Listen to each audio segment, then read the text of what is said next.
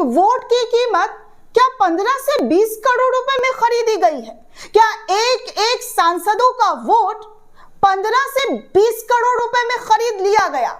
दरअसल दोस्तों, जो खबर, जो रिपोर्ट सामने आ रही है वो बेहद चौंका देने वाली खबर निकलकर सामने आ रही है। इस वीडियो को आखिर तक जरूर देखिएगा और लोगों तक भी पहुंचाइए कि क्या हमारे देश में एक सांसदों का वोट 15 से 20 करोड़ रुपए में खरीदा गया है, क्योंकि ऐसा ही खुलासा, ऐसी ही जानकारी इस वक्त विपक्ष के एक सांसद के जरिए कर दिया गया है।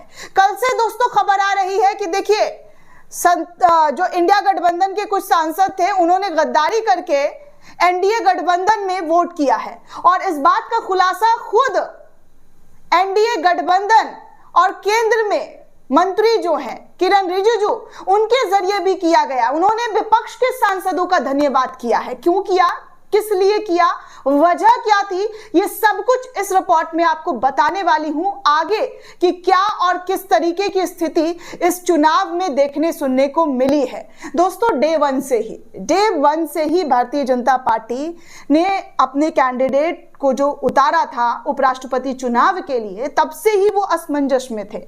बहुत ज्यादा खींचातानी दिखाई दे रहा था।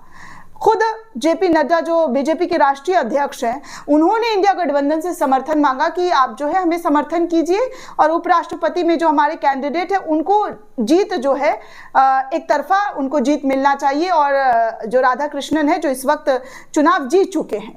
लेकिन उस वक्त भी जेपी नड्डा साहब के जरिए विपक्ष के आगे गुहार लगाई गई थी, लेकिन विपक्ष ने उनकी गुहार को ठुकरा कर अपने कैंडिडेट को खड़ा किया था।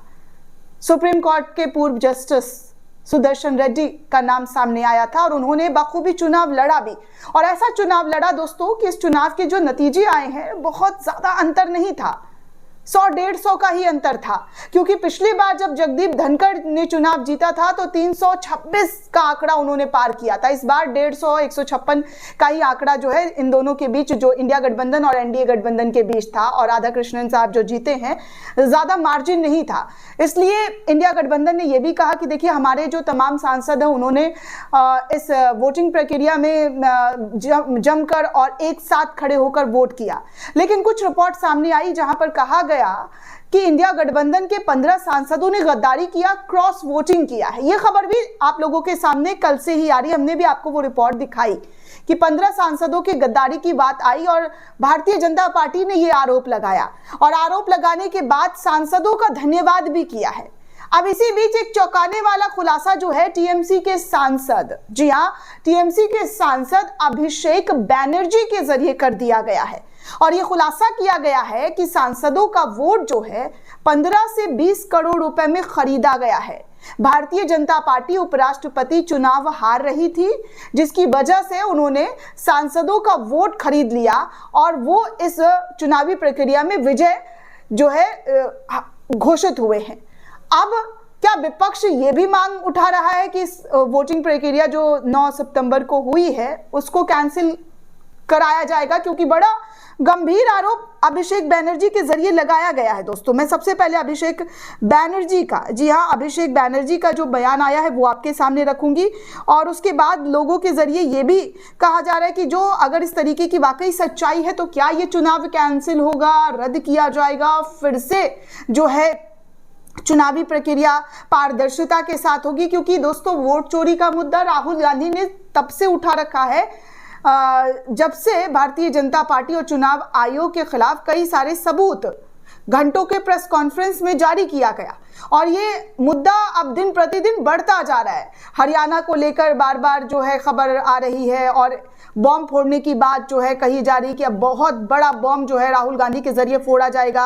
अपनी यात्रा के आखिरी दिन भी राहुल गांधी ने यही जिक्र किया था कि बहुत जल्द एक और विस्फोटक करने वाला हूं। महाराष्ट्र चुनाव को लेकर धांधली की खबरें लगातार आ रही है, उड़ीसा को लेकर धांधली की खबरें जो है वहां की विपक्ष पार्टी के जरिए आरोप लगाया जा रहा है। नवीन पटनायक के जरिए आरोप लगाया गया कि 50 सीटों पर घपला किया गया, धांधली किया गया है। इसके बावजूद दोस्तों, जो तस्वीरें जो उपराष्ट्रपति चुनाव में देखने सुनने को मिली कि उपराष्ट्रपति चुनाव में जो भी हिस्सा लिया गया वो सब कुछ देश के सामने निकलकर आया। लेकिन अब जो अभिषेक बैनर्जी का स्टेटमेंट आया वो सबसे पहले मैं आपके सामने रख रही हूं। दरअसल दोस्तों, अभिषेक बैनर्जी जो टीएमसी के सांसद है, उन्होंने भी, जी हां, उन्होंने भी बढ़ चढ़कर उपराष्ट्रपति चुनाव में अपने तमाम सांसदों के साथ हिस्सा लिया है।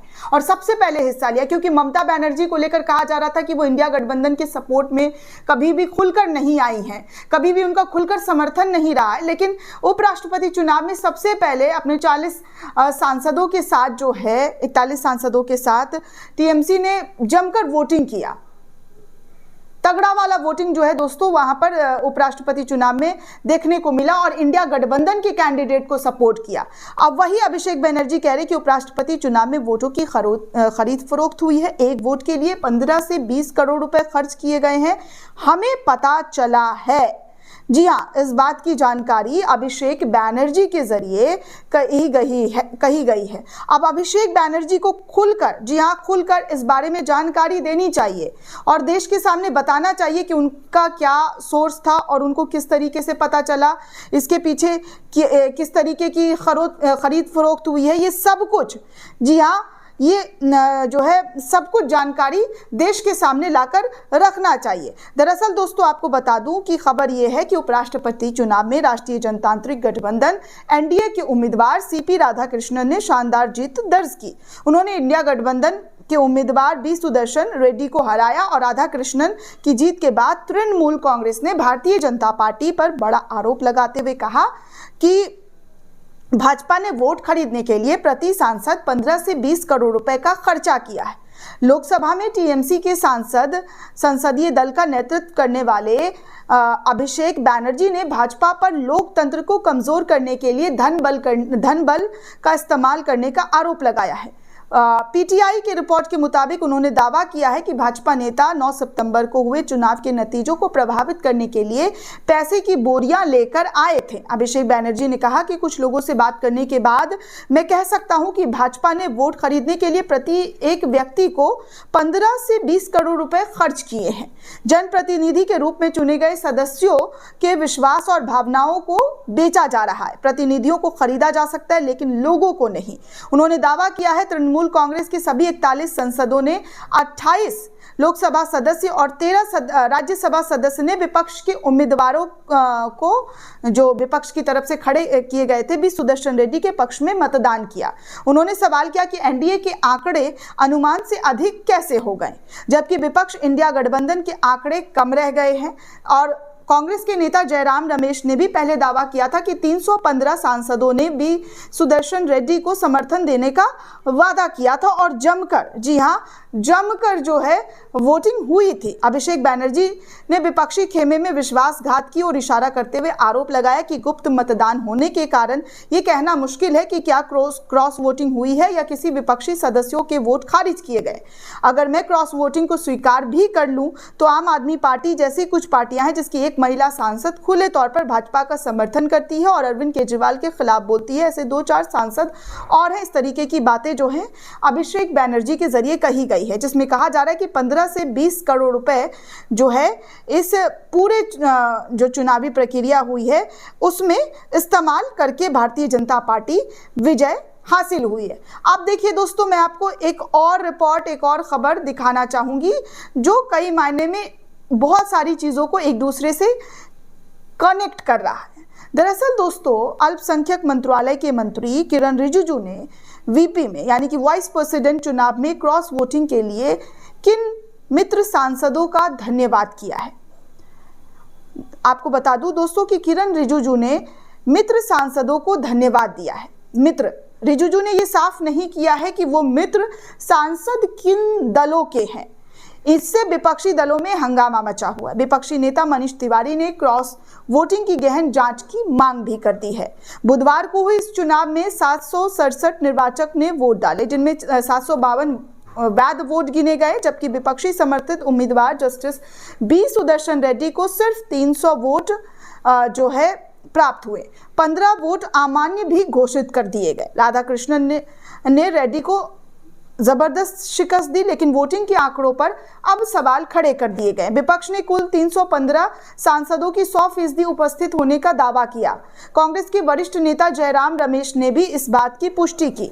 लेकिन अब जो कहा जा रहा है कि इसमें क्रॉस वोटिंग हुआ और खासकर एनडीए के जो मंत्री हैं, बीजेपी के जो मंत्री हैं किरण रिजिजू, उनके ट्वीट से बहुत सारे अनुमान लगाए जा रहे हैं। उन्होंने सोशल मीडिया एक्स पर ट्वीट करते हुए लिखा कि उपराष्ट्रपति चुनाव का मत पत्रों के माध्यम से किया गया चुनाव था। मतदान गुप्त और अंतरात्मा के साथ हुआ। मतदान और मतगणना दोनों दलों के प्रतिनिधि पूरी समय मौजूद रहे। कोई भी सांसदों का दिल और दिमाग नहीं चुरा सकता है। इस तरीके की बातों का इस्तेमाल किया है। अब जैसे ही ये बात सामने आई उसके बाद बहुत सारे सवाल खड़े किए जाने लगे हैं, खासकर विपक्ष के सांसदों के जरिए, विपक्ष के नेताओं के जरिए, कि क्या सेंधमारी करने की कोशिश की गई। जैसे मैं अभिषेक बैनर्जी का ही बयान ले लीजिए, उन्होंने साफ तौर पर कहा कि 15 से 20 करोड़ रुपए खर्च किए हैं। तो क्या विपक्ष के सांसदों को लालच दिया गया, धन प्रलोभन देकर उनको अपने पाले में किया गया? माजरा क्या है? क्योंकि अब फिर से जांच करने की मांग की जा रही है। कांग्रेस के नेता मनीष तिवारी ने जांच का मुद्दा उठा दिया है। साथ ही अब यह भी मांग की जा रही है कि निष्पक्षता के साथ जांच हो, अगर गलत है तो गलत तरीके से किया गया चुनावी प्रक्रिया को रद्द किया जाए और सही तरीके से फिर से मतदान होना चाहिए।